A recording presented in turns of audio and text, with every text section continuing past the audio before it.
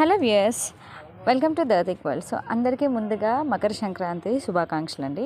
So Sankranti అంటేనే family get together, పిండి వంటలు, కోడి పందాలు, ఎడ్ల పందాలు.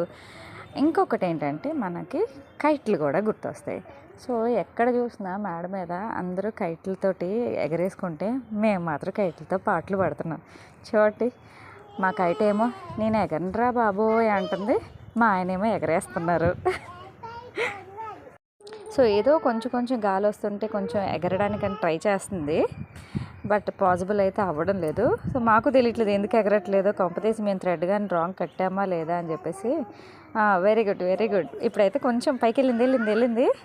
సో బాగానే ఎగురుతుంది కదా అనుకునేసరికి డమాల్ మన కింద పడింది. వచ్చింది. సో ఎక్కడుందని చూస్తుంటే చూడండి, లాగండి రా బాబోయ్ నన్ను లాగండి అనుకుంటూ గోల్ చేస్తున్నట్టుంది.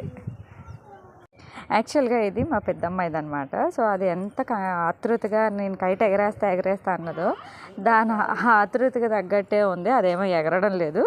సో మిగిలిన వాళ్ళందరూ మా పక్క మేడల మీద చక్కగా కైట్ ఎగరేస్తున్నారు అక్కడ ఇక్కడన. మాది మాత్రం నేను ఎగరను, నాకు బద్ధకం, నాకు ఇప్పుడు మూడ్ లేదు, కాసేపు ఉండి ఎగరేస్తాను, కాసేపు ఉండి ఎగురుతాను అంటుంది. అంటే జనరల్గా మా అమ్మాయి కూడా కాసేపు ఉండి చేస్తాను, ఒక 5 minutes, ఒక 2 minutes అంటుంది.